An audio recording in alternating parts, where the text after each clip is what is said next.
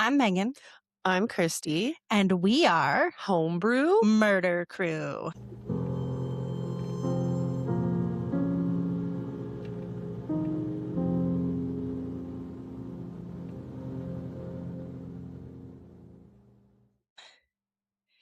We are back again. Guess who's back? Tell a friend. Guess who's back? Guess who's back? Guess who's back? Guess who's back? Guess who's back? Guess who's back? Dun-dun-dun. Anyways. Just a little bit of a different genre than what we're going to be talking about today. Yeah, but I guess so. But it is music related. Yeah, musical nonetheless. Yeah. So I don't think there's anything I wanted to say. Yeah, there's not much going on. If you've seen in the news, they have arrested somebody for the Texas killing field murder. Right. That's pretty much it. Yeah. Just the usual, Yeah, and the world's on fire and everything's going to shit. and nothing Gas matters. prices are ridiculous. Groceries are fucking unaffordable. We're all struggling. Everything's made up and we live on a rock. Yeah. So we went to the moon again. Yeah. Oh, apparently there's like a scandal with Katy Perry and like sexual misconduct and stuff like that. Have you seen from that? Ruby Rose. Yeah, that's crazy. And now a couple of other people are coming forward and saying stuff too, like Anna Kendrick. Yeah, that's wild. Yeah, and she's still dating Justin Trudeau, which is just weird. Yeah, that is weird. Like, yeah. So, anyways, yeah. So you know what? Today I'm bringing us an episode that I've been working on for a while, and this episode resulted in a little bit of a weird ADHD hyperfixation that lasted like 2 years. Yeah. But I'm going to be covering the topic of the K-pop industry. Woo! And for our non-viewing pleasure, I bought Christy some pepperos. And if you have us on if you go up onto where can we watch the videos now? YouTube. If you go to YouTube, then you can see I got this cute little box of assorted pepperos with Stray Kids on it, which is great. Incredible. And we're gonna try these. These are allegedly. Oh, does it say on this box? Okay, it said on the other box that I had that they were like Korea's #1 snack. Okay. Oh yeah, #1 in Korea. Yeah. So these are like, if you've ever been to like a Japanese like restaurant like Kinjo, and they always give out the Pockies. Oh yeah. These are like Pockies, but in my opinion, better. Okay. So we've got so many flavors. Oh my God. Here. So we get to pick one. Which flavors do we got? So we've got just almond. So it'll be like a chocolate almond on a like biscuit. A cocoa filled one, which I haven't tried. So this is gonna have like a Nutella type cocoa stuff inside. Choco cookie, which is like chocolate and cookies, like an Oreo but with chocolate filling. This crunchy one, which is like a crunchy bar. Oh, so it's got like it's between those two for me. Yeah, the chocolate cookie and we got a white cookie one, and then the original, which is just your standard chocolate covered cookie biscuit. So sorry, which ones were it between? Because we can open more than one even. Yeah. I would like to try this one, and I want to try that one. The chocolate cookie. Yeah. Okay. I mean, I kind of want to try all of them, but we can try them all. Yeah. We can open them all. Like, right. Seriously. So they come in these little individual packs. That's how you normally buy them. Listen to that. Is in this. Yeah. And then they have like a pack on the inside, which is filled with delicious snacks. I'm like obsessed with these. Again, hyperfixation. I hyperfixated on this. I started writing this episode, and this one took me a long time because I really wanted to do it. I really wanted to honor this because I'm a huge fan, and I have a lot of respect for people in K-pop idols and people in general. That Oh, that's good. Oh, nice little snack. I'll put it back in so we don't forget which one which. And yeah, so on the topic of respect for, I think there's a little preface that you wanted to put at the beginning of this too. I remember we talked about that, but I didn't write anything, so this is going to be totally ad-libbed. Yeah. But I think we basically wanted to just first of all, remind people that in the Western world, we view things a little bit differently than places like Korea. So a lot of the topics that we're going to discuss may seem a little bit Barbaric or just like inappropriate for you guys, but you just need to understand that their culture is very different. And we're going to do our very, very best to respect their culture and to respect their views and their beliefs, because I honestly have no hard feelings about this. The reason that I chose to cover this is because there's such a stigma behind the culture. And I think it's important that we talk about the history so that people can understand how it's evolved. Like every industry, we covered the Lou Pearlman. Lou Pearlman. Like you can't, like there's so many parallels between our music industry, like the music industry in America and the music industry in Korea. And I can promise you that a lot of the things that they developed here in America come from the K-pop, the J-pop, and the C-pop cultures. But and I know, like, I mean, I remember Lou Pearlman episode that I did, and like a lot of what he did was done with malicious intent. Yeah, and I don't know that that's, again, I don't know enough about the K-pop industry. Yeah, but so I'm just gonna. This is just an educational episode, just to educate people on some of sit the back things and enjoy in the topic. Yeah. I'm not going to go into too much detail about specific groups and stuff. I know that I've already name dropped, but because these guys are very popular right now in Canada and in the United States and global. Actually, they're one of the, other than BTS. We all know BTS. They had that big McDonald's support a couple years ago, and Stray Kids is making their way out of Korea as well. Where did you get those? Walmart? Superstore. These are from the Superstore. I'm not gonna lie, I may have bought 3 of these. Wow. Get it, girl. I bought 2, actually. I bought 2. Yeah. And my Martin's coworker, who is from Korea, actually brought a box of them, nice. which I claimed as my own because why not? Yeah. I love Stray Kids. But anyways, so do you want to try another one before we start? Yeah. What one would you like to try? We've got so many flavors. Okay, let's see here. My favorite ones are not here. I like the white chocolate almond one. Those are so good, but they didn't come in the variety pack. Okay, I want to try the chocolate filled. Okay. I haven't tried those ones. Well, this one looks like it's going to be I'm going to open that one too.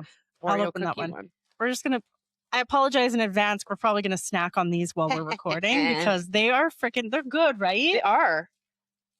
They're not too sweet, and it's just like a nice little snack. And I like the biscuits. They're like a nice buttery biscuit. Butter my biscuit. Okay. Oh, they're just, like tubes. Oh, yeah. Look at this little guy. This little guy's so cute. I don't know if I can show him. Oh, there's a camera. I can't show him. There he is. Little mascot. They're adorbs. Do they each have one little mascot? Oh, they do. They do? Yeah, that's that guy. See this guy. Aw, he's got little fangs. Oh, that's cute. A little afro and some fangs. This little guy's wearing a hoodie. He's cute. Look at him. So cute. He's so cute. Oh. All right. One more. I'm going to try this one. Okay, I'm going to try the crunchy one. Oh, you didn't have that one? No, I haven't. Oh, my God. Oh, this is good. This one's different. Oh, yeah. Okay. Anyway, I'm so sorry you guys had to listen to us eat snacks for like 8 minutes. But you know what I would like? One with little score bits all in it. Caramel-y type toffee type stuff. All right. Okay. Without further ado, the modern K-pop industry represents one of the most sophisticated examples of cultural engineering in the 21st century. A multi-billion-dollar phenomenon that has transitioned from a localized South Korean subculture to a dominant global ethnic identity. This evolution is characterized by a meticulously managed cultural technology framework, a systemized approach to idol production that encompasses casting, training, producing, and marketing on a global scale. However, the glamorous exterior of synchronized choreography and high production music videos belies a dark history of systemic exploitation. Yeah. Which is why I chose to cover this. But I wanted to focus a lot on the progress that they have made, which, I mean, we all go through it. There's like a lot of shit in our history too that was very much frowned upon. Yeah. But just like this, we have adapted. I was just thinking of it recently too. It was something in pop culture that was like, you know, that was totally normal in the 90s and 2000s that like today is just super cringe. Like, oh, for example, like you think of that Black Eyed Peas song, like "Let's get retarded in here." Oh, yeah, like, yeah. You know, Right? that was just like you couldn't put that on the radio today. Absolutely not that they not. ever did, but I don't think. Yeah, you just can't get away with that anymore. There's a lot. Oh man. So anyways, it does the dark history of systemic exploitation, ranging from restrictive slave contracts and grueling trainee conditions to high-profile criminal scandals involving sex trafficking, police collusion, and corporate betrayal. Understanding the trajectory of K-pop, requires a nuanced analysis of its origins in the post-censorship era of the early 1990s to the emergence of the Big Four conglomerates and the reoccurring ethical crisis that has forced legislative reforms while oh my God, this is Here we the go. word. See, I told Martin the other day that there's a word that I can never pronounce, and this is the one. Simultaneously. Oh my God, simultaneously illustrating the industry's resistance to fundamental change. That is not a word that I use in my everyday. So that's what I was gonna ask. I was like, so when you need to use it when you're not reading it, like, is it a reading it thing or is it like a using it? And like, how often would you use it? It's like, Martin and I simultaneously had to go and do the same thing at the same, like, how often do you use it? I can't even think. I probably have used it, but not like, if I don't think about it, I can say it. But also when you read something, a word can look different and jumbled too. Yeah. Anyways. The structural origins of K-pop are often traced back to the debut of, I am going to apologize in advance. I am terrible at pronouncing words and names in other languages. Like, I am so bad at it. Do you remember? We both are. Hinterkaifeck? Anyways, so I'm going to try this one. So, Seo Taji and Boys in April of 1992. Before the pivotal moment, the South Korean music scene was dominated by trot music. So it's a genre influenced by Japanese and Western styles, and sentimental ballads, both of which were subject to rigid government censorship and conservative social norms. The lifting of travel bans in 1988 and gradual loosening of censorship laws provided the opening for Seo Taji and Boys to introduce a radical hybridization of hip hop, techno, rock, and rap into the Korean mainstream. Wow. Seo Taji and Boys, I'm so sorry if I'm saying this wrong, were not merely musical innovators. They were the presidents of culture who challenged the hegemony of state-run television networks. Their lyrics directly... We're going to Google this real quick so that I don't keep fucking it up. Sorry, my apologies. I have to take that back. Oh, they're so cute. So that's Seo Taji. Taji. How you say? How? I'm so sorry, guys. I should have done this beforehand. We always say it, and it just...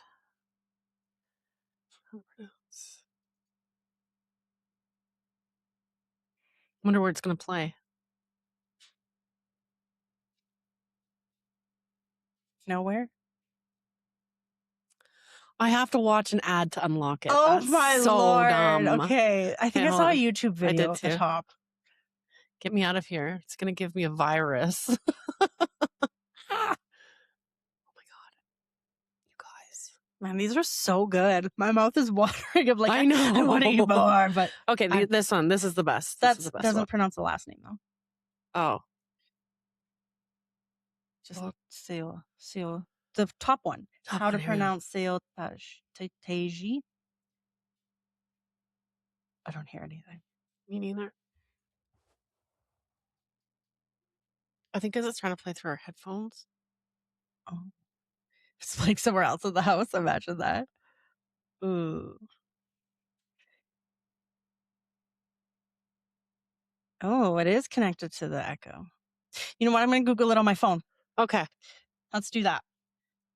Sorry. It's like playing somewhere else in the house. It's just like, if it just shows up in the feed, that will be so fucking funny. I'm going to eat one of these ones. Yeah. I'm so sorry. I should have done this before.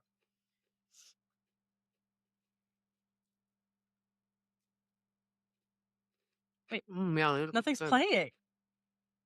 Oh, it's connected to my Bluetooth somehow. What was it connected to? Oh, yeah. That's another weird fucking thing that keeps happening is my devices, like my phone will randomly connect to Bluetooth devices. Oh, there it is. I heard it. Taji.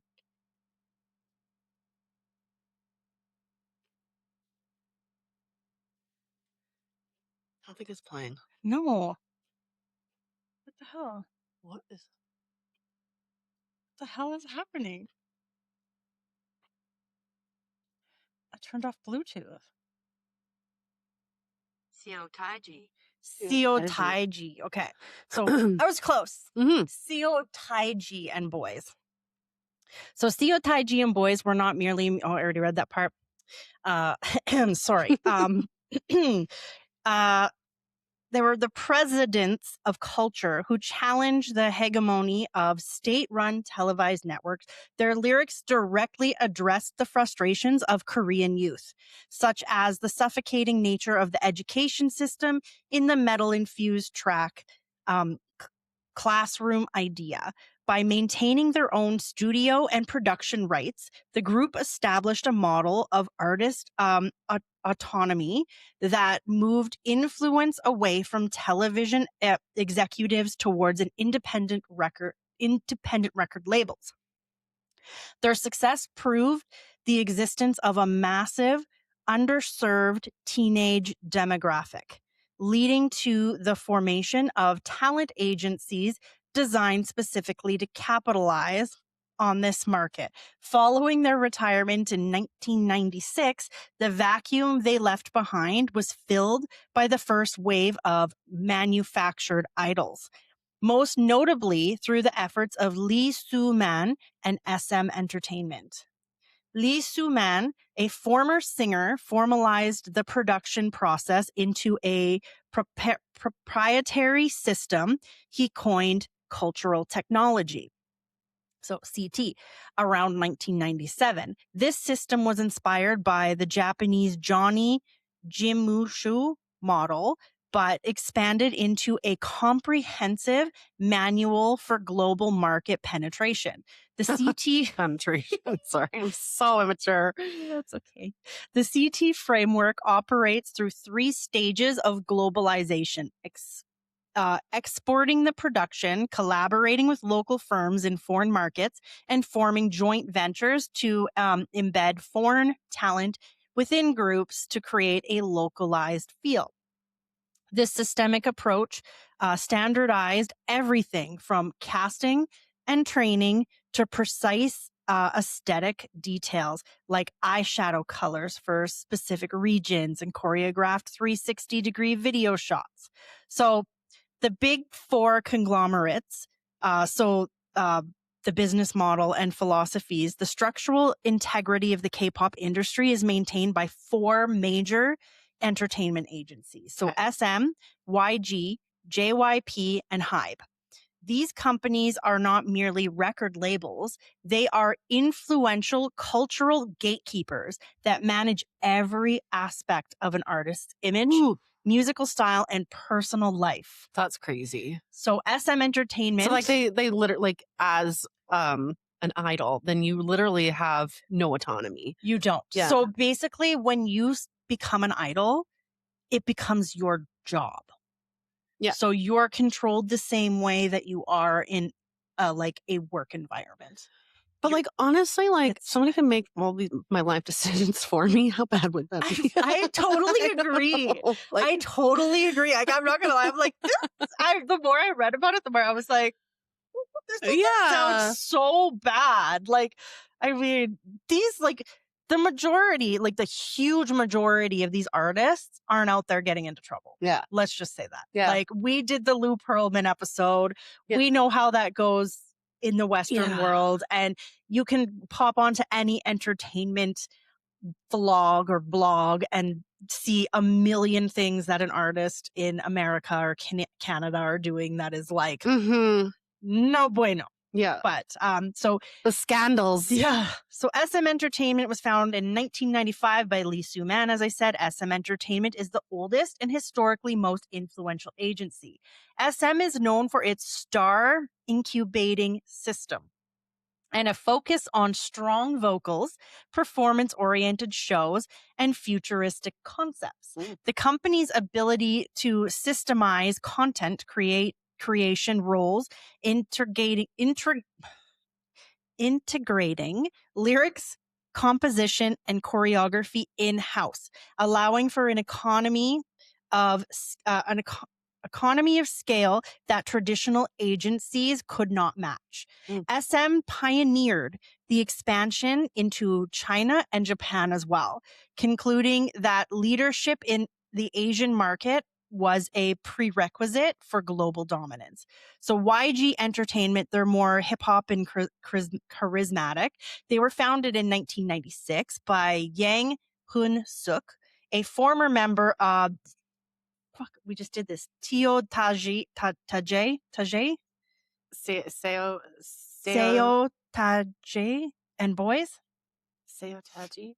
Yeah. Taji? And boys. Yeah. So YG Entertainment built its reputation on hip hop and R&B sensibilities. Listen, we said it once, right? You know we can do it. So moving on. Yes. YG artists typically project a charismatic image and are encouraged to participate in creative process of songwriting and producing. Oh, that's weird. I just got a pop-up. I've never gotten a pop-up before. What is going on? So I just want to tell you, I'm so sorry, guys. We're just going to segue away for a minute here. There's a ghost with us today.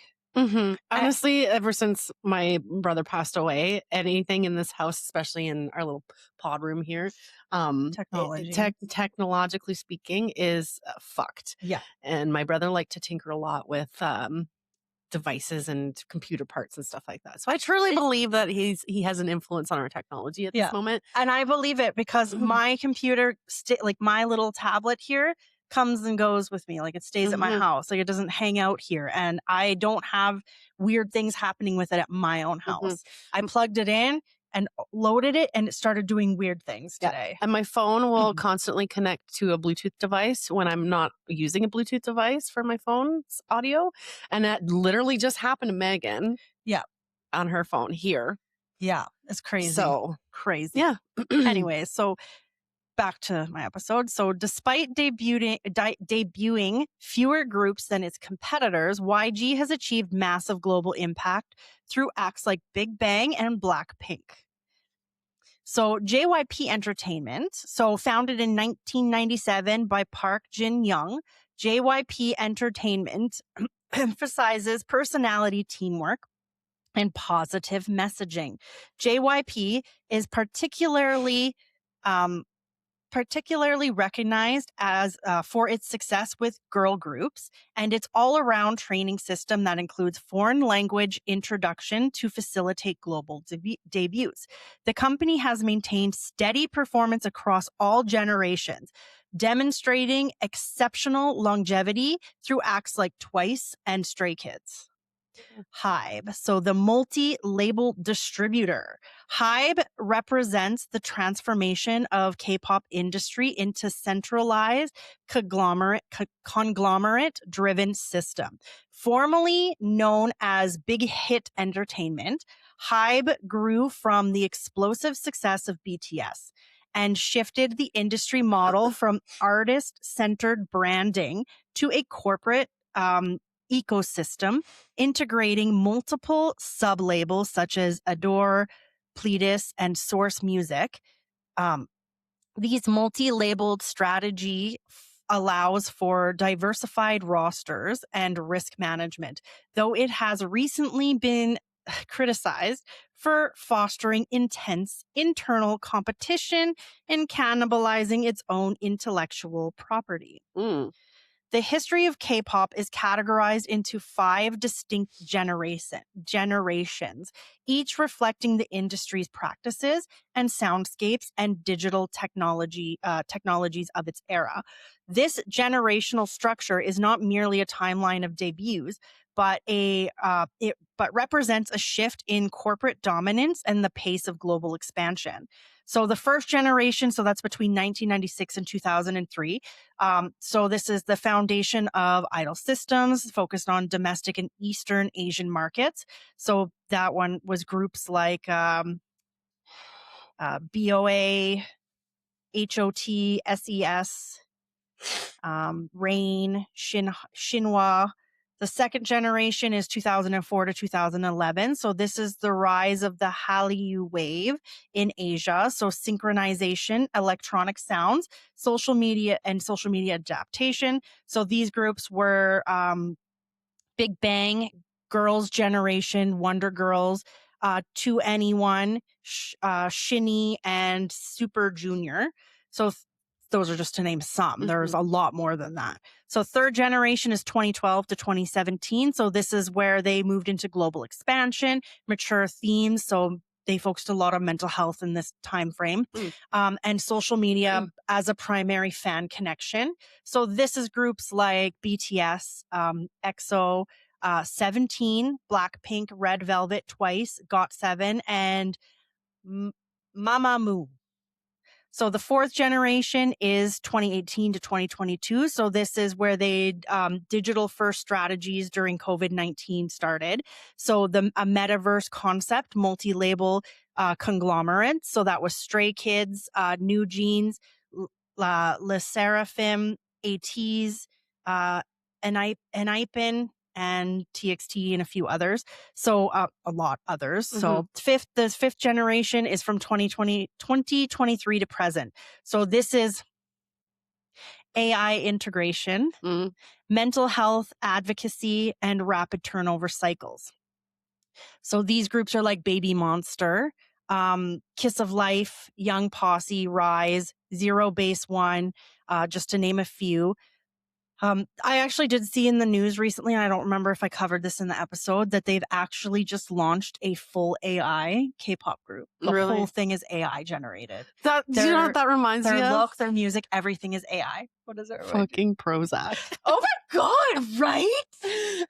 But those were real people. Okay, real people. That's this true. Is all AI. Yeah. Okay. Anyways. So there's not even people singing behind. It's just all AI. All AI. Oh, okay. Yeah, it's a total AI group. The whole and it's wild. People are going crazy for it. Like That's it's typical for anyways. But so as the industry has evolved, the commercial landscapes have transitioned from the dominance of traditional agencies like SM and YG towards the modern conglomerate models led by HYBE. But the second generation represented a commercial peak for agency-centric models, the YG Entertainment emerging as an overall leader in total sales, while SM maintained single project dominance. However, by the third and fourth generations, market share began to fragment as new entities like Big Hit Entertainment, now HYBE, distributed the hierarchy through the unprecedented global success of BTS. The transition from the second to the third generation lasted approximately 5 years, but the cycle was escalated in the digital age. The fourth generation, which began in 2018, reached majority market status by 2022, largely by absorbing share from the third generation. This rapid turnover is driven by market capable and supporting several active generations simultaneously. Good job. Pretty close. I'm so close. He said simultaneously, but just simultaneously. Yeah. Facilitated by the global reach of digital streaming and social media. So the K-pop industry, while globally celebrated by its dazzling performance and captivating stars, has a well-documented dark side. Mm-hmm. When it comes to mental health of its artists, the immense pressure, relentless scrutiny, and demanding lifestyle contributes to a high risk of psychological distress, anxiety, depression, and in tragic cases, suicide. Yeah.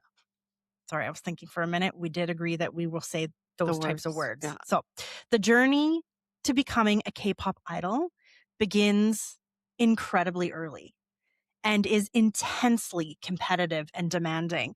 Many trainees start as young as 8 to 12 years old. Wow. Sacrificing normal childhood and adolescence for years of rigorous training. This involves long hours of vocal, dance, rap, and language lessons, often lasting 10 to 16 hours a day, 7 days a week. Trainees are under constant evaluation with the fear of being cut at any moment. This creates immense pressure to be perfect, to outshine peers, foster anxiety and self-doubt. Mm-hmm. The dark side of this system includes a high failure rate. Yeah. Many work for years without ever debuting, mm-hmm. leaving them with few career options if they have abandoned their education. Yeah. Physical health is often sacrificed to meet South Korea's restrictive beauty standards, which prioritize an extremely slim figure and perfect facial proportions. Agencies often control every aspect of a trainee's life, including diet, appearance, personal relationships. Dating bans are very common, and even access to phones or social media. Oh, wow. Once an idol debuts, the pressure intensifies to maintain an almost unattainable image of perfection. South Korea has stringent beauty standards, and idols are expected to embody them. This leads to extreme diets, exhaustive exercise regimens, and pressure for plastic surgery. Ugh.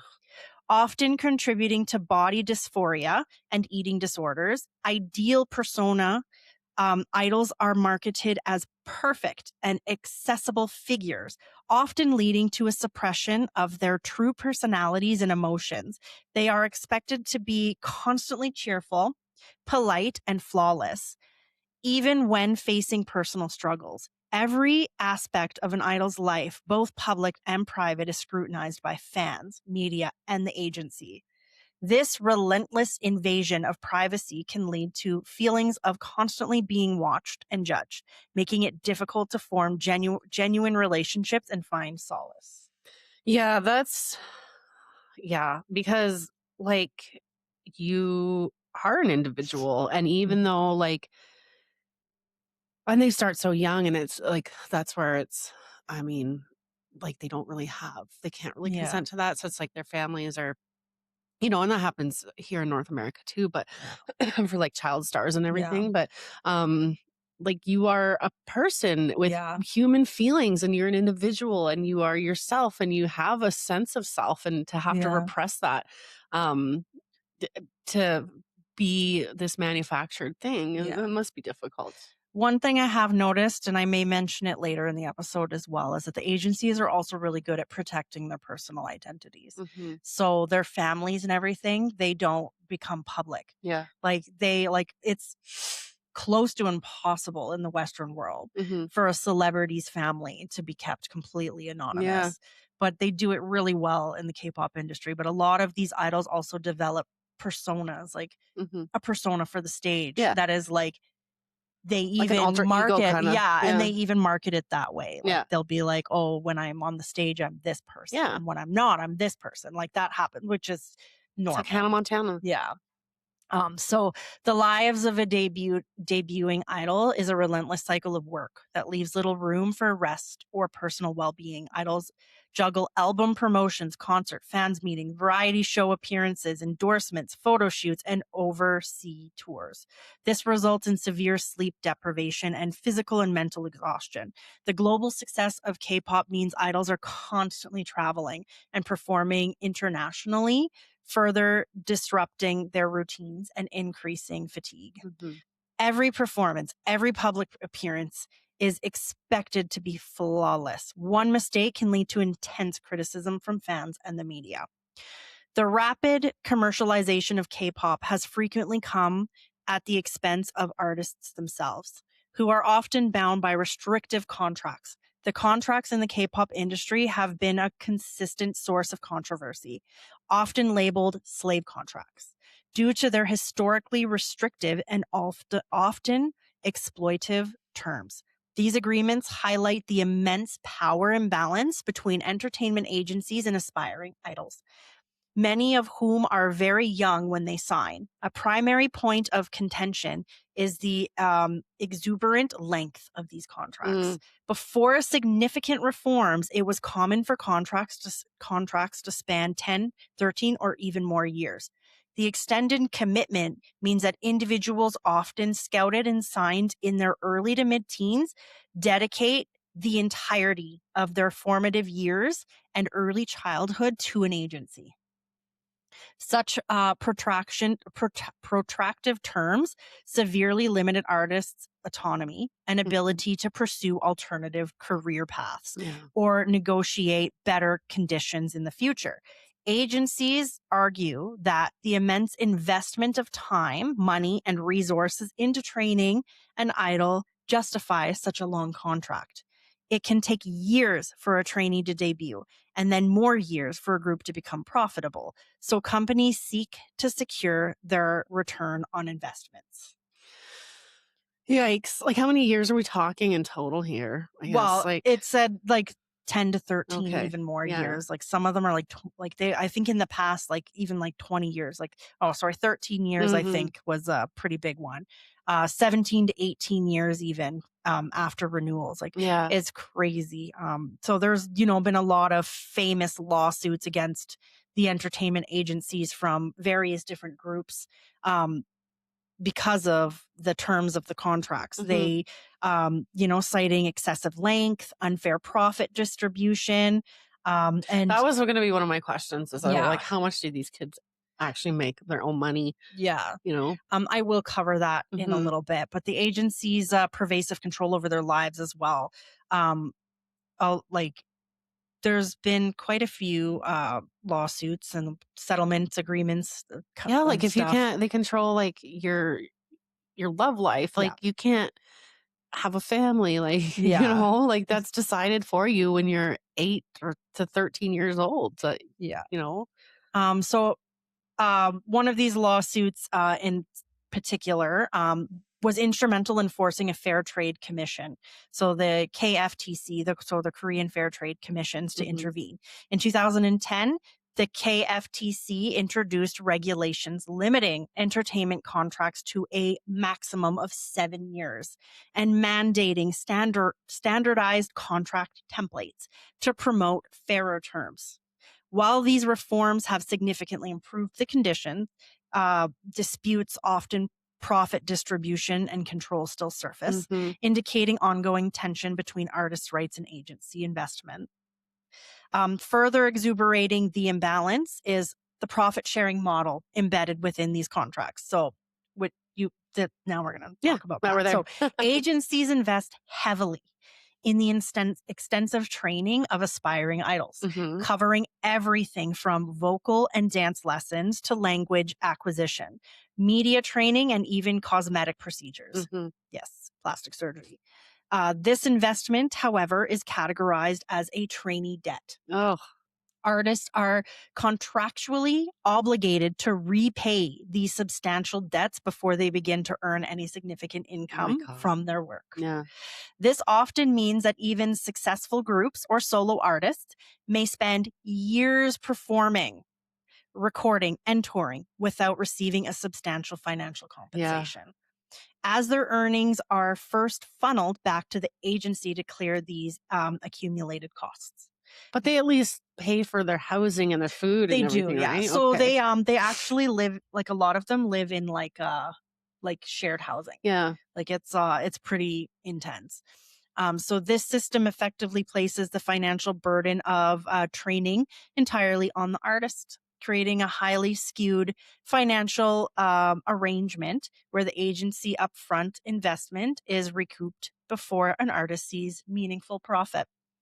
Revenues in the K-pop industry is typically classified as artist direct or artist indirect, merchandise and video content, with the latter growing in importance. However, the distribution of this revenue often remains heavily skewed in favor of the agency, particularly for physical and digital sales. Well, then my next question would be like, okay, if there's this trainee debt, Yeah.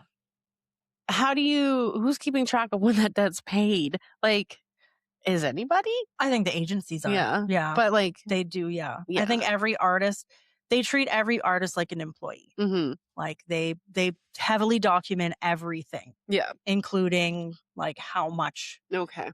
time, effort, work Right. they put into everything, Yeah. right? Like a lot of artists, a lot of the K-pop artists today also do a lot of their own songwriting. Mm-hmm. So they would also get compensated for that as well, Mm. obviously. Yeah.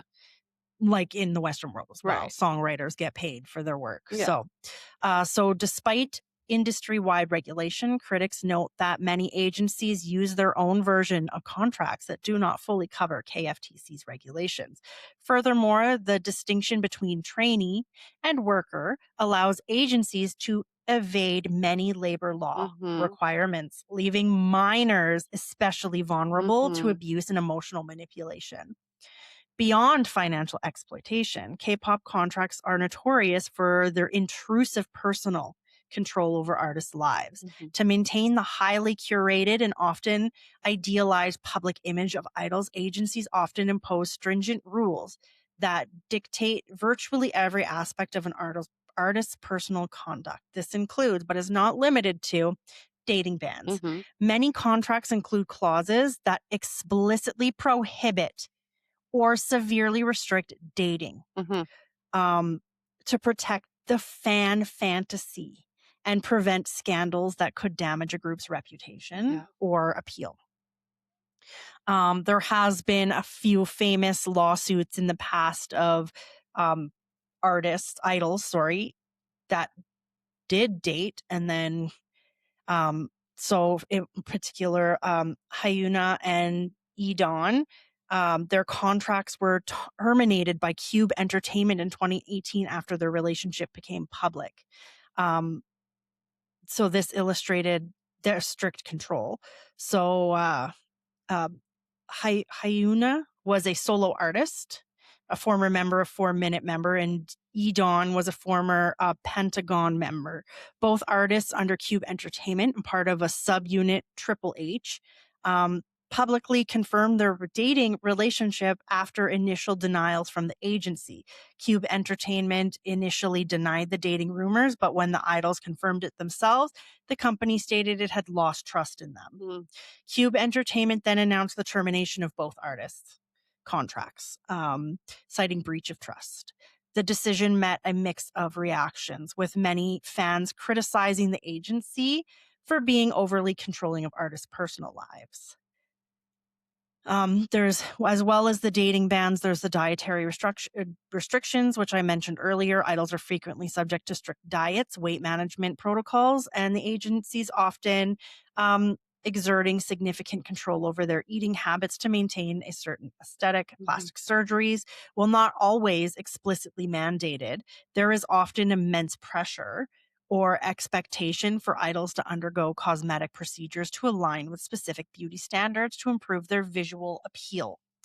Behavioral control, so contracts can dictate general behaviors, requiring idols to maintain a clean image and avoid any controversies that could tarnish their reputation or the company's brand. Agencies often monitor and control social media very actively, personal interactions, and even private hobbies to ensure idols conform to pristine, controversy free public persona. Violations could lead to severe penalties and contract terminations. Penalties, with as in financial penalties. There's a lot of times where the artist will joke about rules that they have within their agency, where if they do something specific or say something specific, they have to pay a penalty fee to. That's crazy. Yeah. Like getting a fucking speeding ticket. Yeah. So breaking contracts often incurred exuberant penalties as well, making it financially devastating for an artist to leave. Yeah. The fundamental reason aspiring idols often have little to no negotiating power stems from the intense competition and the deeply ingrained desire to succeed within the K-pop industry. Millions of young people dream of becoming a K-pop star, viewing it as a pathway to fame, fortune, and artistic expression. The overwhelming supply of talent, coupled with a limited number of powerful entertainment agencies, creates an environment where agencies hold almost all the leverage. Aspiring idols, desperate for their chance at stardom, are often willing to sign highly unfavorable contracts, believing it is their only opportunity to enter the industry. The dream of debut overshadows concerns about long-term exploitation, leading many to accept terms that in other industries would be deemed unacceptable. The evolution of K-pop contracts is a fascinating and crucial aspect of the industry's history, directly reflecting the struggles of artists and the increasing scrutiny from the public and legal authorities. From the notorious slave contracts to the more regulated agreements of today, significant changes have occurred but challenges still persist. The K-pop industry has undergone a significant reform. Moving away from the unregulated agency-dominated models towards a more legally structured framework. This shift was largely categorized by a 2010 lawsuit. So, the new, like I said before, the 7-year rule. So there's now the landmark reform mandated a maximum contract duration of 7 years, preventing artists from being indefinitely tied to an agency. This rule is now a standard in the industry, often leading to the 7-year curse. And initial contracts expire, prompting decisions about renewals and member changes or group disbandment. While renewals are common, like twice, BTS 17, they have renewed quite a few, at least once, maybe twice now. Some critics express concerns about potential loopholes that might indirectly extend contract terms if performance targets are not met. Do you remember when with your cell phone provider, it was always a 5-year contract? Yes. And they were doing so long. And it was wild. And you felt so trapped. I know. And then you broke your life. phone, you busted your phone, and you couldn't switch it out for another fucking 4 years because you did it in the first year and then they made it. Yeah. So the longest contract is 2 years. Yeah. I mean, I understand it's not comparable to this. No, but in my mind and what I've been exposed to and experienced myself, that's what I like. Yeah. So other parts of the template, the KFTC introduction of the template contract is balanced, right? So to establish a more equal distribution of rights and obligations between agencies and artists, mandate clear explanations of payment structures and termination clauses, and limit penalties to reduce the severity of penalties for early contract termination. Further to the restrictions, so that was from 2017 and onward, they've also continued to reform regulations prohibiting unfair clauses such as arbitrary termination of trainee contracts, excessive penalties for artists seeking contract termination, clauses forcing artists to renew contracts, and restrictions on trainees pursuing external opportunities. The current landscape of these K-pop contracts is that while overt slave contracts clauses are largely eradicated, current contracts still reflect the unique demands and power dynamics within the K-pop industry. So agencies still bear significant upfront costs for training. So initial profit split that heavily favors the companies. So that would be like a 70-30 or an 80-20 split. Idols are typically responsible for repaying their debts, their share of earnings, from their share of earnings before receiving substantial personal payments. That still exists. While less legally enforces than before, no dating ban clauses or strong expectations persist, often managed through informal means like gentlemen's agreements or social pressure. Agencies maintain significant control over their public image, social media, and behavior to protect branding and prevent scandals.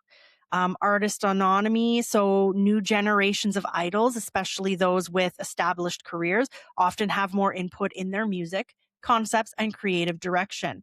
There's a growing emphasis on intellectual property rights with recent revisions to the Ministry of Culture, Sports, and Tourism. So this was just in June 2024, aiming to clarify IP attributions and reduce trademark disputes after contracts expire. The revised standard contracts now explicitly requires management to consider an artist's mental and physical well-being. That's great. Preventing unreasonable demands and schedules that go against the artist's explicit intentions. To address concerns about rival companies as well, poaching talents after 7-year contracts, recent revisions have extended the ban on reproduction or sales of similar content by a new agency from 1 to 3 years, discouraging such practices. Yeah. So that's like if you were to work at, let's say, Frito-Lay.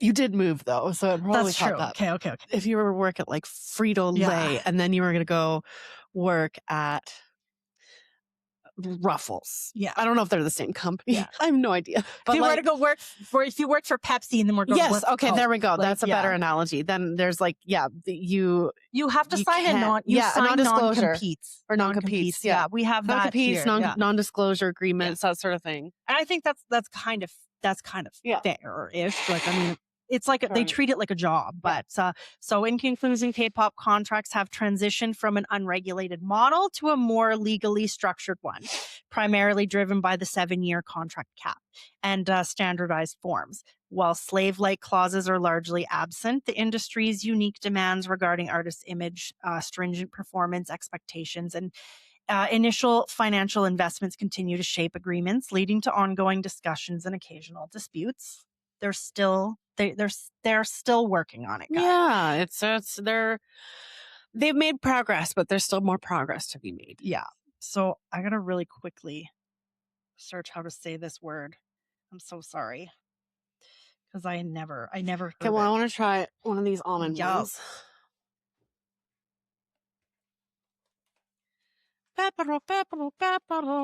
Okay, this guy has a helmet on, you guys. Oh, cute. He's cute. Sorry, it's an ad. Not one of ours. Oh. This guy's voice. So make sure to state you have this designates a possessive fan. How do you say it? Sassing. Okay, there we go. Got it. Okay. So now I'm going to segue away from their contracts and go into their fandom. So do you want to... No, I'm good. Okay. Good. So, so while fan support is crucial, certain aspects of K-pop fan culture can be incredibly detrimental. K-pop fandom is uniquely characterized by its dedication, but it is also harbors a subset of obsessive fans known as, I just Googled how to say this. Sassing.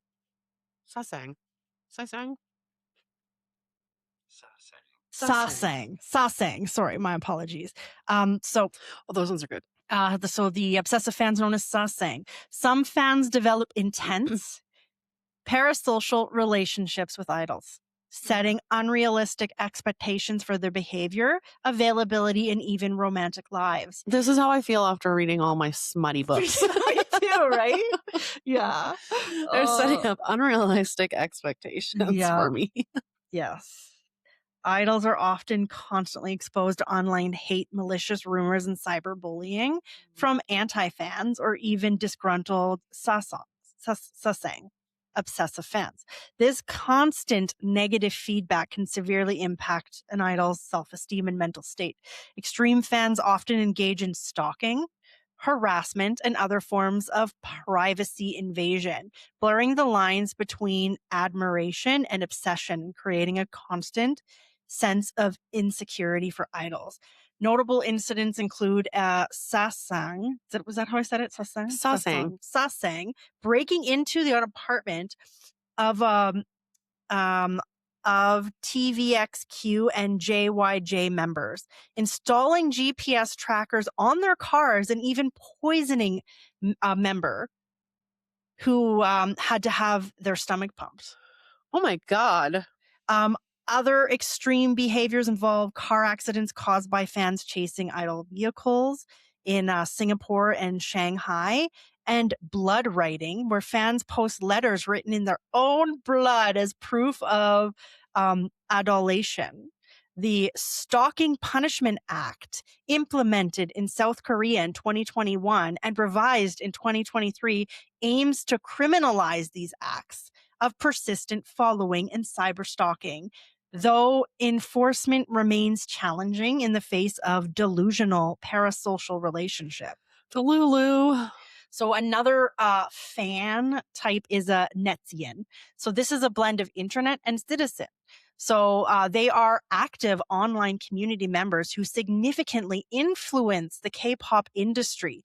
They engage in discussion, share opinions, create content, and participate in fan activities across various online platforms.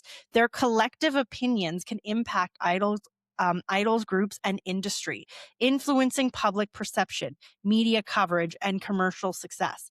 Netizens also spread news and information, both official and unofficial, and circulate fan-generated content. However, their power also presents challenges, including fan wars, the spread of misinformation, intense pressure on idols, and cancel culture.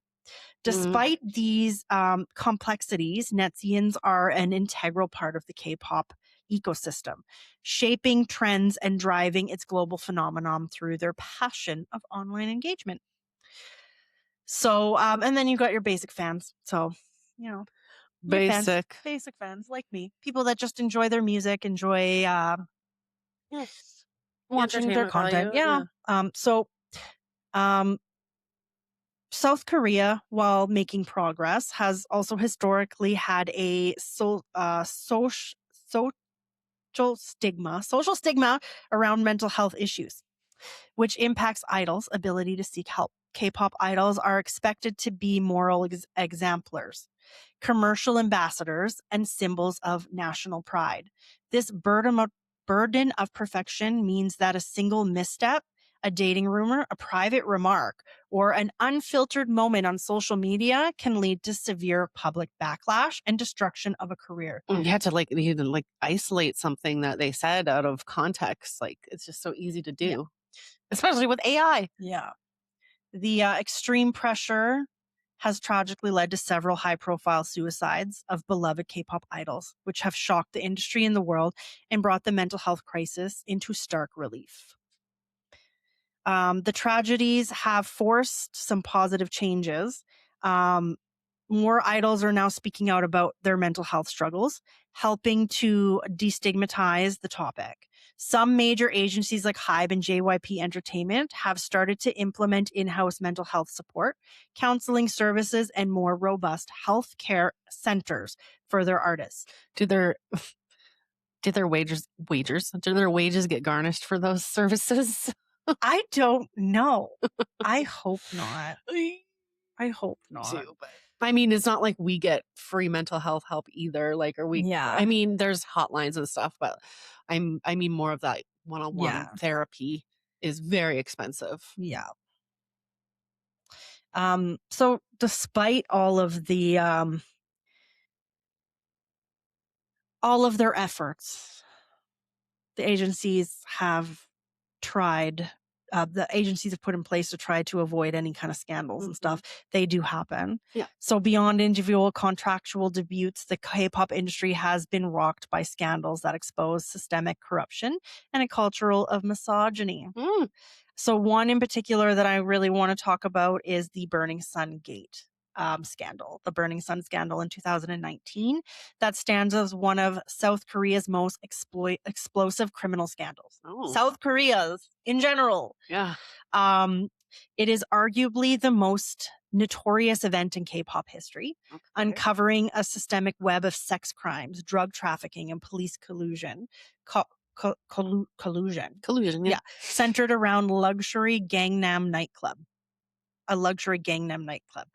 What began as a simple assault report by a patron, it unraveled a national crisis when investigative journalists exposed private Molka chat rooms. These digital threads revealed that high-profile male celebrities were sharing non-consensual sexual footage and discussing the use of date rape drugs, like GHB, to facilitate sexual assault.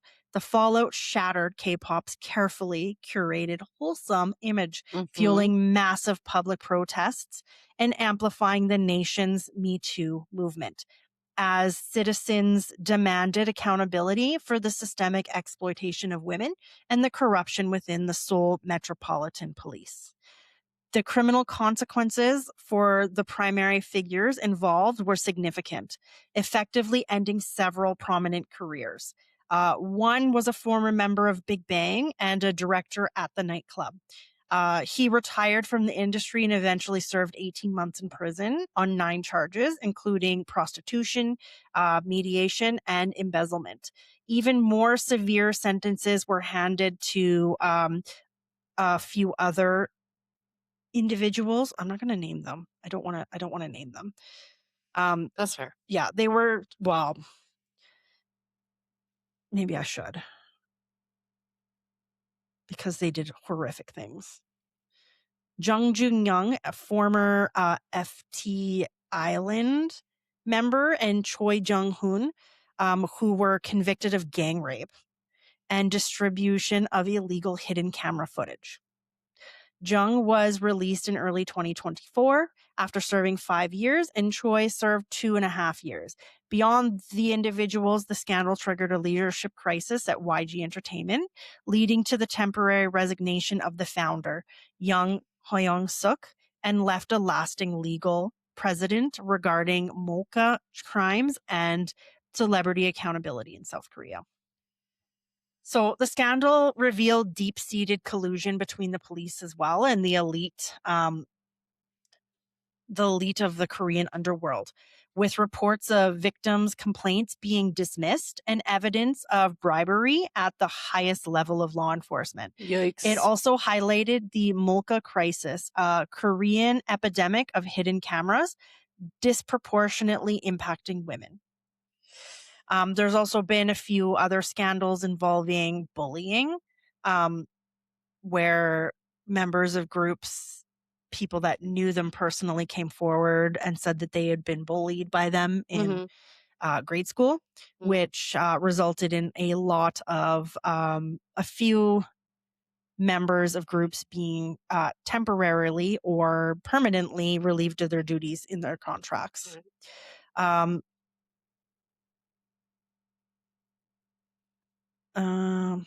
Yeah, some of those are pretty severe. For example, Sujin of G Idol faced some of the most severe consequences despite her agency's initial denial. The testimony of a former classmate and actress, Soo Shin-ae, led to her official departure from her group in 2021.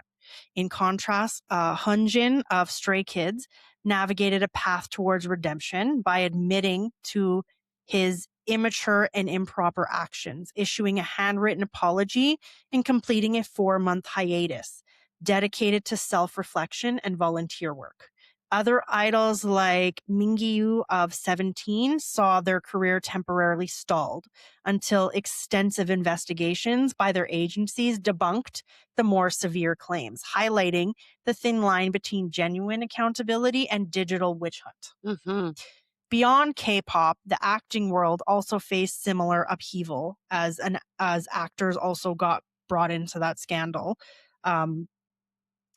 But ultimately, the 2021 allegations fundamentally shifted the power balance in the industry, proving that talent no longer grants immunity from past ethical lapses. Mm-hmm. While the movement provided much needed closure for many victims, it also sparked a complex debate regarding the right to be forgotten and the limitations on social execution. As South Korea continues to grapple with these issues through media, like a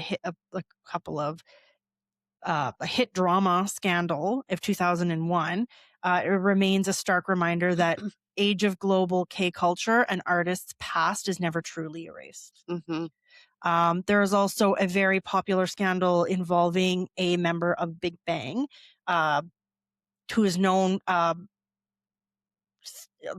in his career as T.O.P. So he is he was of the legendary K-pop group Big Bang. He faced a series of hype. You might know him, actually. Did you ever watch, what is that show? What is that show? Oh shit, I can't think of what it's called. I gotta look it up real quick. Big Brother? No. Why can't I think of it? What is it about? Oh shit, I can look it up real quick. Oh no. Squid Game. Oh. He was in Squid Game. So he actually made one of his big comebacks. Right. I remember you telling me about the show Squid Game. So T.O.P. He faced a series of high-profile controversies that fundamentally altered his career trajectory and public standing. The most defining crisis occurred in 2017 when it was revealed that he was under investigation for illegal marijuana use. Oh, yes, I remember you telling me about this. Part of the reason that I want to bring this one up in particular is because it's hard for us being in Canada where marijuana is legal, for us to understand that it is very different there. Mm-hmm. Marijuana use in South Korea is a no-no. Yeah, it's criminalized, is it not? Yes, it is criminalized. So in 2017, he was investigated for marijuana use. T.O.P. eventually pleaded guilty to smoking marijuana on 4 occasions in 2016 with a female trainee, resulting in a 10-month prison sentence. Yep. So suspended for 2 years. So a 10-month prison sentence, suspended for 2 years. Because South Korea maintains a zero tolerance policy towards drugs, the backlash was immediate and severe. He was expelled from his duties and conscription police as a conscription policeman during his mandatory military service, and later reassigned as a public service worker to complete his tenure in 2019. The immense pressure of the scandal took a visible toll on his mental health, leading to a 2017 hospitalization for an overdose on prescription anti-anxiety medications, an incident that sparked both public concern and further scrutiny for the idol industry. Following his discharge in a period of deep isolation, T.O.P. began a slow transition away from K-pop. From the K-pop machinery. In 2022, he ended his long-standing contract with YG Entertainment, and by May of 2023, he officially confirmed his departure from Big Bang, citing a sense of guilt and desire not to further tarnish the group's legacy. While he effectively retired from the Korean music scene, he made a polarizing return to the spotlight in 2024 and 2025 through his acting role in Squid Game Season 2, playing a character whose life is derailed by drugs. T.O.P. used the opportunity to address his past mistakes, though his casting remains a point of contention among a public still divided over his redemption. Ultimately, his journey serves as a stark case study on the enduring professional and psychological consequences of scandals within South Korean entertainment landscape. I just want to say he just released a new album. Woo! He has gone solo, and Dropping his like it's hot. album did really fucking well. Yeah. So just saying, there is redemption. Oh. So there's a bunch of other things. Another one I want to mention is a really recent one, because this one is another one that is going to seem really maybe you do that, bizarre I'm to going to us. try the original flavor. In August of 2024, Suga from BTS was apprehended for operating an electric scooter while intoxicated near his residence in Seoul after falling while attempting to park. A nearby police officer administered a breathalyzer test, which revealed a blood alcohol content of 0.227%, a figure significantly higher than the 0.08% threshold for licensed revocation in South Korea. Yeah. That's the same here. Ours is 5%, isn't it? I don't even know. I think it's, if you blow over 0.08, you're immediately like getting your license suspended for 30 days or something. Yeah, there is a zero tolerance. Yeah, we have a zero tolerance as well. So this is funny though, that I seen a person a few years ago. Yeah. I was outside of the brew house? No. What's Danny that Brew? one downtown? Hubtown Brew. Oh, Hubtown Brewing. that one. Yeah, they're a local brewery. Yeah. And yeah, it was summer, and those electric scooters out. And this guy just fucking ate shit on it going down the street. He was so hammered. Oh no. He just got up and kept going. I just want to tell everybody that I believe even in Canada, it's illegal to operate any kind of electric vehicle while intoxicated. You can get a DUI in Canada as well for driving over the limit on an electric scooter downtown. Just saying. So the situation was initially complicated by a communication error from Big Hit Music, which misidentified the vehicle as an electric kickboard, leading to a public accusations of downplaying the event, since scooters with seats carry stricter legal penalties. In response, Suga and his agency issued multiple swift apologies, including a second handwritten letter from the artist expressing deep remorse for his compliancy and the disappointment caused to his fans and colleagues. The legal fallout resulted in the revocation of Suga's driver's license and a summary judgment in September 2024, which imposed a fine of 15 million KRW crew. I don't know. That's approximately $11,000. Despite the fact that no injuries or property damage occurred, the incident sparked intense public debates in a country that views drunk driving with extreme severity. While a significant portion of the BTS fandom that are known as ARMY, by the way, remain. Every group has their fandom has a name. So like Stray Kids, they call them Stay. Yeah. BTS calls theirs ARMY. Big Bang calls theirs VIP. Is it? Yeah. Taylor Swift calls them Swifties. Yeah, like that, just like Taylor Swift. And like ATEEZ calls theirs Atini. So anyways. And we call you guys our brewskis. Yes. Yeah. Yes. So a significant portion of their ARMY remained supportive following his sincere apology. The controversy led to petitions for a broadcasting ban upon the completion of his social service in June of 2025. Ultimately, the event served as a high-profile reminder of the heavy scrutiny faced by global idols and the lasting impact that legal lapses can have on an otherwise pristine public image. A lot of people were calling for him to be, so they'll the fandom, not even the fandom, the anti-fans will actually protest when they're displeased with an idol. They will send items to their agency, like vans with words that run across it saying this person should be kicked out. Yeah. I can't remember which one it was. There's one group where they sent a fuck ton of funeral arrangements and lined them up outside of the agency. Oh, that's they do crazy things. Like they protest hard. Like the fandom has such a huge say Yeah. in the anti-fandom in an idol's like That's wild. yeah. Anyways, Suga did not get kicked out of BTS. He remains, and I'm not sure of what the outcome of it was, but it wasn't anything super severe. He's a major global artist. It's going to take a little bit more than a few upset fans to derail his career. But we're going to skip ahead because this is getting a little long.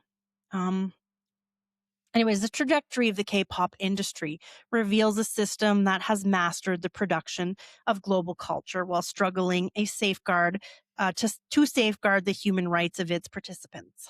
From their lawsuits, their contract reforms, South Korea has introduced various legal frameworks to address the contracts, the abuse of power, the stalking. As of January 1st, 2026, new standard contracts will mandate clearer compensation timelines and expanded mental health provisions, providing stronger protection for juvenile trainees. The industry continues to face ongoing crisis of market oversaturation, where an increasing number of debuts fragments revenues and intensifies competition, potentially shortening the careers of mid-tier and rookie artists. The future of K-pop will depend on its ability to evolve beyond the capitalist control of idols as products and onward and towards an ethical ecosystem that prioritizes mental well-being and contractual fairness. Only by bridging the gap between paper reform and practical enforcement can the industry hope to reconcile its global prestige with its dark historical legacy. So that is the history of the K-pop contracts. And, I know I didn't talk a lot about like the K-pop groups. There's so much. There's so much, yeah. It's so like they have like it's crazy. And we want to remain neutral because we don't want these anti-fan or anti. This is all public knowledge. Anti-fandom, is that what they're called? Yeah. No. Honestly, like I think there could be there's a little bit more work to do, but I think that when you look at it as a big picture, they treat it like it's a job. Yeah. And that's basically what it is. And that's how the idols treat it. That's how the industry, the agencies treat it. They treat them like they're employees, despite calling them. But like a lot of groups today are very happy in their groups. And a lot of the groups that I follow in particular don't have the dating bans, don't have as strict of like rules and stuff like that. They are all over social media. So they sometimes say things and do things that are like get a lot of scrutiny, but they're not penalized for it. Like they have a lot more freedom and independence and autonomy. And they're really happy. And one of my favorite group actually just signed another 7-year contract. And what's your favorite group again? ATs. They just signed another 7 years. All 8 members did. Yeah. So that's great. But it's so fascinating. I started looking into this and I became hyperfixated because it's not just music. Like everything about it is so beautiful. Yeah. And it's art. It's beautiful art. Everything from the way that they present themselves, their structure of their groups. Yeah. Like every group has a leader. So ATEEZ actually calls theirs the captain, but one member that kind of overlooks the rest of them and makes sure like it is responsible for making sure that they daddy. Basically, yeah, he's like the daddy of the group, or they're like the daddy or the mommy of the group, and they like take care of the rest of them. And like every member kind of has their own like every group has their own like a main dancer, a main vocalist, a main rapper, and then sub rappers and sub vocalists, and they're all amazing like dancers, and they do all these choreography. Every song has choreography. Yeah. And they go out and they do these shows every night where they sing and they rap and they dance, and it's such a beautiful thing. And then like, don't even get me started on their music videos. Yeah. Like, holy shit. Their like production costs are so high. I haven't watched a music video in I don't know know, how long. but they're like incredible. They're like little movies and they're so well done. But well, you know, that's something like every country has its thing, you know, like we have maple syrup and they have K-pop, right? Yeah. So, but it's so big that like they have like an actual like part of their government that's dedicated to their entertainment industry, which and doesn't just cover we K-pop, have maple syrup lawyers. We learned that. Oh yeah, so right? there you go. But one more other thing that I wanted to mention is that like a lot of their like the contracts and like it's like a day, like they barely get time off. Yeah, but because between doing their concerts and their show and writing their albums and learning their choreography and going out, and a lot of them have like like partnerships with like brands, right? Go to like fashion shows and they're traveling the world. They also have these like a lot of fan based events where they'll go and they'll like, you know, in a big stadium interact with their fans, not even playing music. They just like unwrap gifts that fans bring them, and they go out in the crowd and give them gifts, and they like do whatever the fans want them to do, which is a little strange. They do that's called a fan meet. They also do signings where everybody goes and they get their signatures and they get to like hold hands with them and flirt with them. Like they do a lot of flirting. Yeah. But it's like, it's really cute. Yeah. Like, they really do a lot. A lot of work. Like I couldn't even imagine. Our artists, no offense, seems so lazy. So lazy now compared to this. It's like, my God. Like whenever they come to the Saddle Dome, like 9 times out of 10, they don't even do a fan signature, like a signing. Yeah. Like, you know what I mean? Right. And like they always do like a send off at the end where the fans get to line up in front of these like barricades and they run by and they sign autographs for fans. Like it's beautiful. It's a beautiful thing. That's awesome. There you have it. Well, that was awesome. Thank you for sharing that. That's the dark history of the K-pop industry. And I think it's important to highlight it because I don't think they deny their dark history. No. They don't. So don't come at us for this. Yeah. I just wanted to highlight the steps they're taking towards the advancements that they're making, like prioritizing their artists' mental health is so important. And even in Western culture, they don't do that. Yeah. They don't even look at Britney Spears. Yeah, exactly. Thank you. Thank you. You don't like that doesn't happen in Korea. Just saying. Yeah. Just saying. I mean, some things do happen, but you know. But yeah, but there you have it. So like, yeah, we're different, but we're not so different. No, and like not. If we've got like every box open. Yep. I had to try all of them. This one was definitely my favorite one. This was the best one. The white and cookie. The almond was pretty good too. These are all good. They are all good. I'm going to leave these with you. No, you're not. Yes, I am. Okay. I have 2 more boxes. 2 more of those. Oh boy. Do you want to keep the box? Well, yeah, I do. I'll have to let Em try some of these. You want to keep this? Yeah, let's keep that. The Stray Kids. Yeah, I'll put these all in there after that. Well, everybody, you know what? I think I have a dark history episode for our next one. Oh, I love it. Actually, yeah, I'm working on something. Dark history. Yeah. And I love when we segue away from the dark. Like, I mean, this was dark. Oh, but this one's gonna be dark sided. Oh, I'm excited. It's gonna be dark. Okay. Yeah. Anyways, thank you all for joining us. Again, you can find us on our socials. You can watch our videos on the YouTube. Go to youtube.com or CA. Anyways, we're just Homebrew Murder Crew on YouTube. I don't know. I have no idea. Yes, we are. Yeah. We are. We're just we went over this last time. We are Homebrew Murder Crew on YouTube. Yes. We are on Facebook at Homebrew Murder Crew and Instagram at Homebrew Murder Crew. And you can email us at homebrewmurdercrew@gmail.com. Send us your thoughts.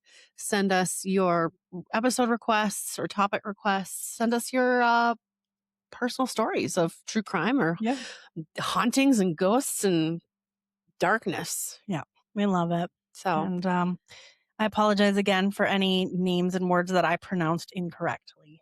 We try, you guys. We do. And honestly, like, I can't even pronounce. Simultaneously, we're so bad at it. Thank you, Christy. All right. That's enough. Thank Okay. you guys so much. Bye. Bye.